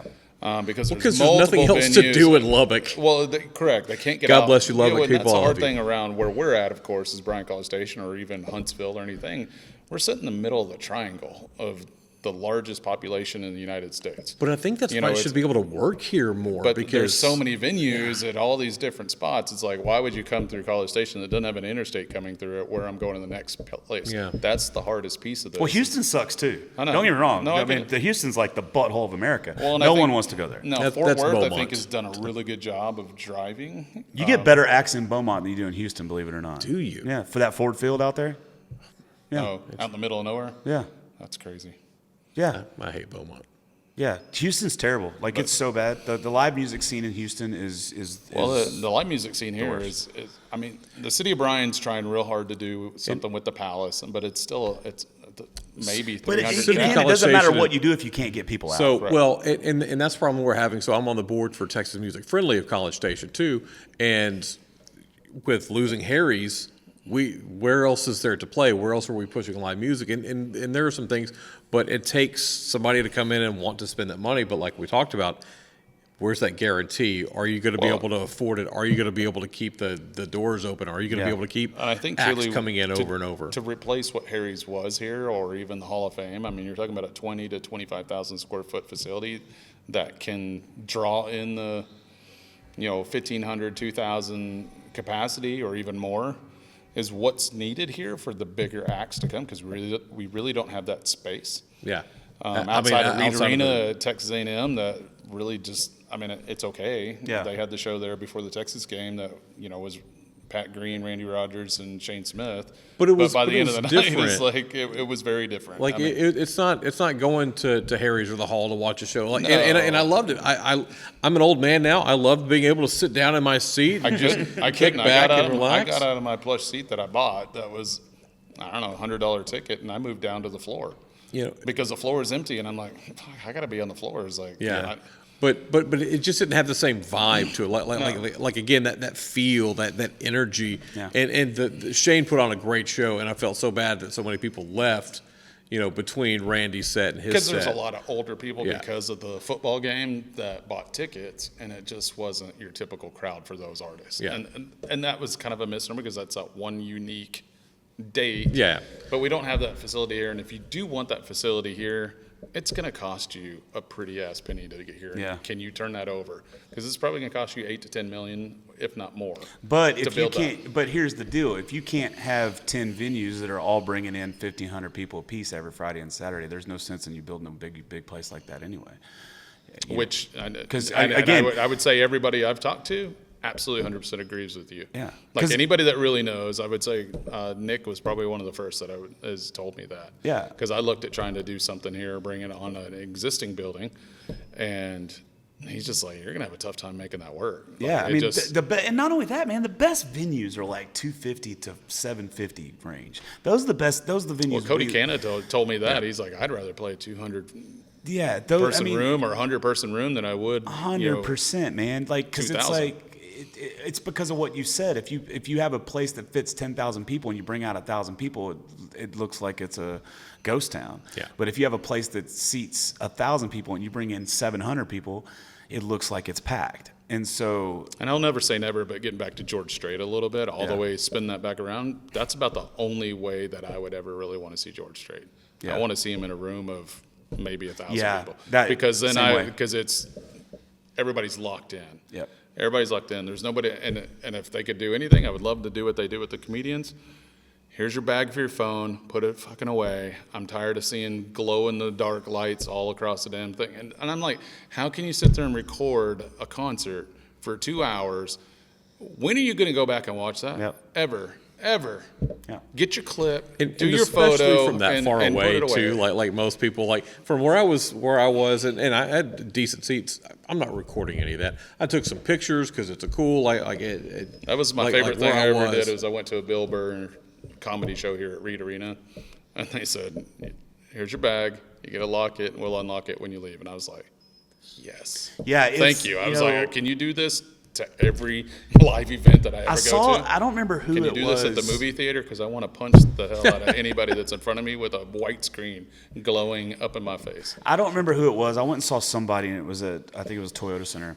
And he comes out, man, who was it? I can't remember. He comes out and he says, "Okay, listen, my first 2 songs, you guys film away. You do whatever you want to do. You block away. You come up here. You interrupt. Whatever you want to do. You got 2 songs. After those 2 songs, if one of the people sees you with your phone out, they're going to ask you to leave. Awesome. It's that simple, dude. That's now. Granted, if you're on the level where you can do that, then you can do that anyway. You can do it on your own. Like I know that's the deal at Garth Brooks shows. Yep. Like you could do it on your own. You don't need you know. Correct.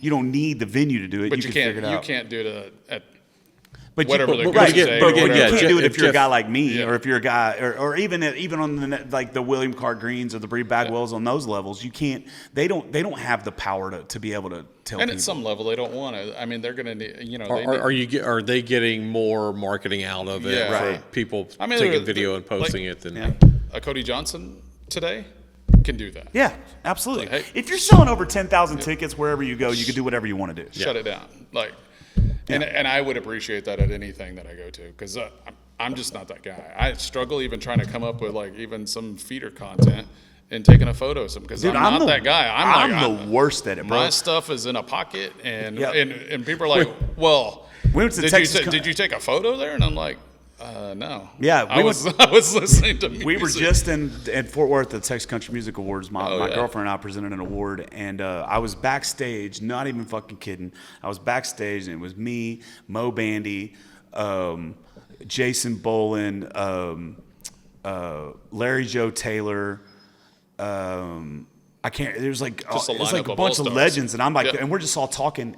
And I didn't get a single fucking picture. Not one. man? That's okay. Not one. So Brandon Ryder. Oh, no, I don't care. Yeah. Brandon Ryder was there. Brandon Ryder did his live at Billy Bob's, and he had Radney Foster on there. He had Walt and Tina on there, and I'm kicking myself for not having that picture because me, Brandon, Walt, and Tina and Radney were just all sitting there BS. I was like, that would have made a great picture. But again, you don't want to. You know, I was in the moment of everything. Yeah. And I find myself in that more than anything. It's like even when yeah, we went to Saxon saw Pub. Bree and Kyle Park and John Bauman at Juliana Saxon. Rankin. Oh, Juliana cool. Rankin. I love her. She's fantastic. And, and he takes a photo of the elephant that's holding the bar pole on there. And it's like, and he's like, guess where I'm at? No one knows where it is. And I'm just like, I love that he did that. I was like, it's a great promotion. And you're going to an event that's pretty unique and pretty well known. But Candace, that's Candace. Candace. I did not take a single photo there. Yeah. And honestly, at some level, I pride myself on that. Me too. Yeah. And- I'm living in the moment. Yeah. Like I don't ever get pictures with anybody unless somebody says, "Hey, let's get a photo." I'm like, I don't ever think about Like it. you did a selfie on Bree's bus when we went and met with her. And My ass is did really it. starting to hurt, by the way. That's fair. I did a nice selfie hardwood with stool. the people, but again, I'm not sitting there just taking pictures and videos of everything. I did one little clip of Bree's song, her doing a chorus of something, and then I put my phone down so I can listen, so I can be there, so I can. Why I'm there is to enjoy the music. And so many people let this get in the way of enjoying that.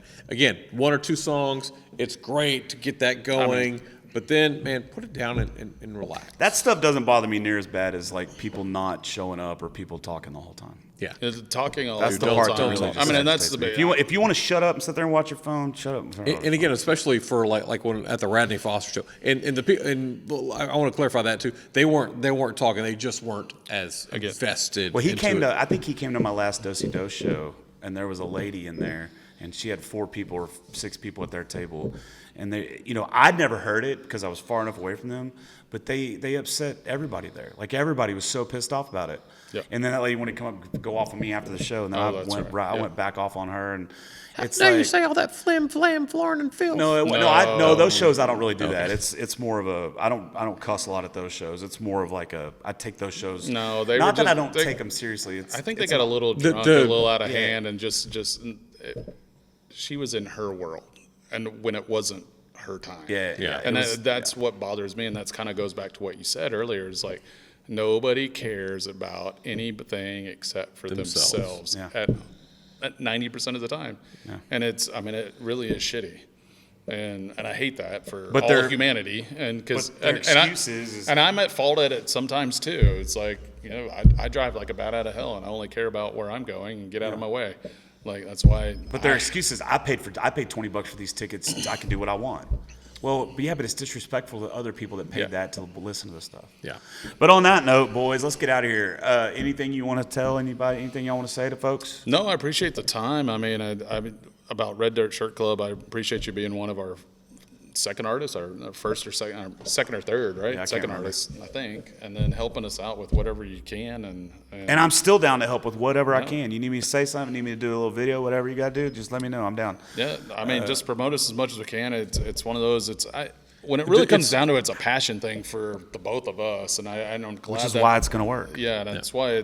Because I just enjoy the independence of what this industry is and what you guys believe in, and it's like I told you, it's like you as an artist and Bree or anybody else that's come on, and JD, it's like you guys speak your truth, you speak what it is, and those are the people that we want to work with and promote them, as well as, you know, maybe do the shirt. But a lot of the big push that I know Adam didn't talk about earlier is like we did spin a little bit from what we did before. We're pushing more to go in a little bit on the charity side with whatever that artist wants to do charity. It's gotten a little more grip from some of them, and Bree kind of, she's putting it to the, what is it, Kerrville Pets Alive, and which ties really well with all the stuff that she does with whiskey and all that. And so, I mean, we're all, if that's what the artist wants to do, fine. It's like, I mean, we want to help y'all with what you're doing as much as you're helping us, and we want it to be a two-way street. I'm not trying to dig into anybody's pockets. This is a passion play for us. It's something that's fun. I have a full-time job beyond this. I think Adam has a full-time job beyond this, and it's like, yeah, is this great that turns into a full-time thing, and it's part of something that we get to do passionately? I'm all about it. That's my problem, is I don't have a full-time job. That's why I'm so fucking grumpy. I need a full-time job. Well, I can tell you, the full-time job ain't gonna make it happen. It may make life a little easier week by week, paying some bills, but other than that, it's like, it's not I couldn't do it. There's no way. Can you imagine me? Well, I mean, I did it for years, but can you imagine me like having to like play corporate games? No. Well, and I get that. I mean, my wife is the ultimate. Well, both our wives work at A&M in some fashion sense. Or my wife's at the system office, and she's working for Veterans Affairs. Veterans Affairs. Oh, cool. But it's you know. So we get it. Those are real, like, to me, that's a corporate. Those are real jobs. Those are like 9 to 5. I mean, they get a week off of vacation right now for Christmas because they work at A&M. All this bullshit. And it's like, I had to work today. You had to work today. And turn around and come do this, but we love doing this. I'm off for 2 weeks, but I'm not making no money. And again, it's because we love the music, we love the artists, and you know, passion project is a perfect way to put that. In the symbiotic relationship of promotion and of T-shirts and artists and what we can do as Red Dirt Shirt Club, not just with T-shirts, but helping promote songs or helping promote shows. Or, you know, John Bauman put out his 1979 cover, so good. And, you know, I posted that, and people were like, "Oh man, thanks for sharing this," because they hadn't heard it. Thanks for doing it, because I wouldn't. So what can we do as a Red Dirt Shirt Club to help artists? And you know, that's it doesn't matter if they're on our shirts or not, or we're helping on that side. We don't care about whoever. Like, you put a post, I think, that was scheduled today that you told me, but it was like, you know, who's the most underrated artist right now? And no, that was me. I was really stoned last night. I don't care, but I loved it. And you, I mean, he promoted himself, which I love, because I met him at your show, was Chris Cunningham. Oh yeah, that guy's a badass. Yeah, and I love that he's just who he is on the stage. I mean, from now on, that's the only people I'm going to be around. It's blunt, it's honest, and I don't know how many F-bombs he said in that show, because you were being really good. You said, "I won't say the F word," and then you did once. Which was awesome, I commend you on that one. But he was dropping them left and right, and I was like, I love this guy. Yeah. It's like, who is this guy? And he's a fantastic writer. Yeah. And he had a funny song.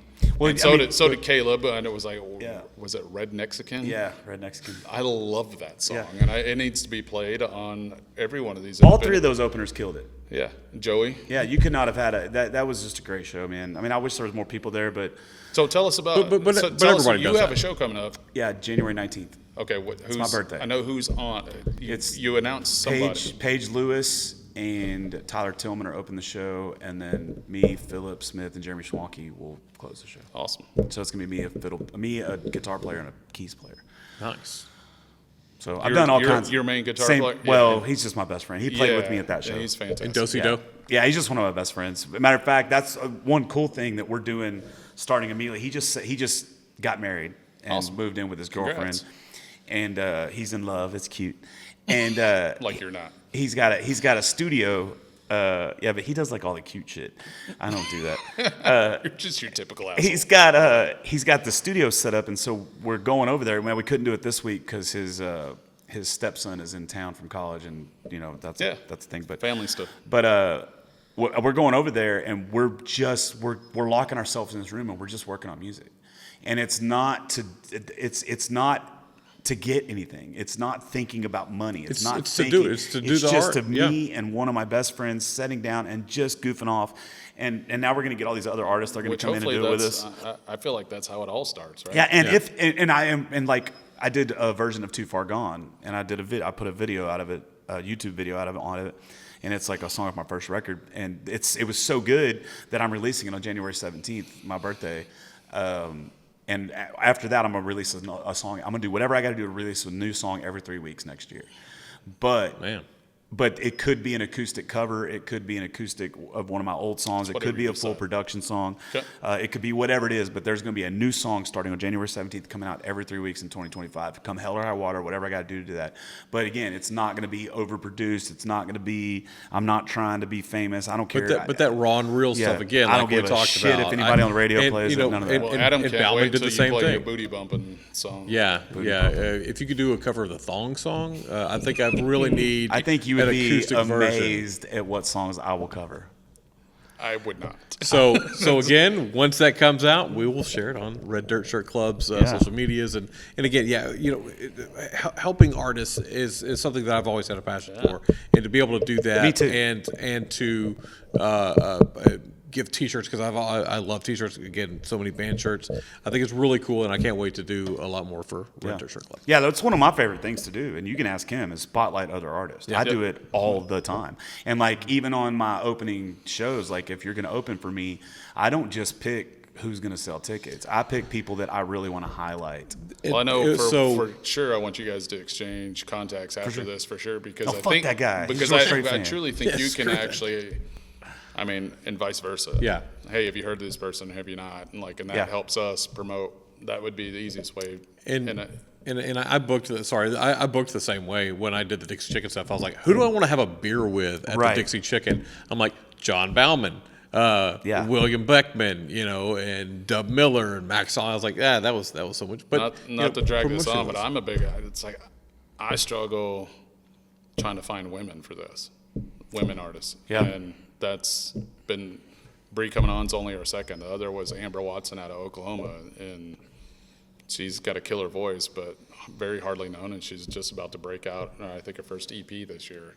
Well, it's just very hard. I mean, like. But I know you introduced me a little bit to two Peytons, Peyton Howie and Peyton Riley. Yeah, but I think Peyton Howie's that ship's already sailed, maybe. Yeah, and I get that, and she's fantastic. Yeah, and she's unbelievable. Oh, she's going to be So- the next big. So here's what we can do. Anybody watching or listening right now, if you've got a favorite artist, especially a favorite female artist, again, Bree Bagwell, I love Sunny Sweeney, Jamie Lynn Wilson, we can give her, Yeah. Let us know who you'd like to Juliana see. Rankin. Juliana Rankin is she's so good. fantastic, dude. And I didn't even know she was an Aggie until after everything. I was like, God, she's so good. And that she's an Aggie just made me love her. There's even more. quite a few Aggies that are in the Texas country scene Yeah. now. I mean, you got Not just on headlining, it's mainly a lot of them on the backside just supporting. Yeah. There's Hayden Baker, Hayden Keller Baker. Cox are both really good. Hayden Haddock, there's two Haydens going right now. I think half of William Clark Green's band are all Aggies.